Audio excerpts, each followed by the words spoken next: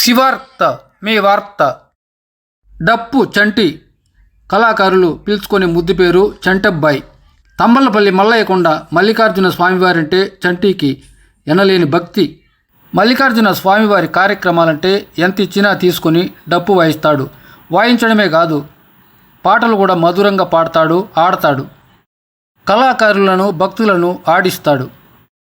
ఒకే ఒక కుమారుడు నేడు పదోన్నతులపై డిప్యూటీ తహసీల్దార్గా ఎదిగాడు. ఇందుకు మల్లికార్జున స్వామి కృపయే కారణమంటారు డిప్యూటీ తహసీల్దార్ సుధాకర్ నాయక్ చంటబ్బాయి.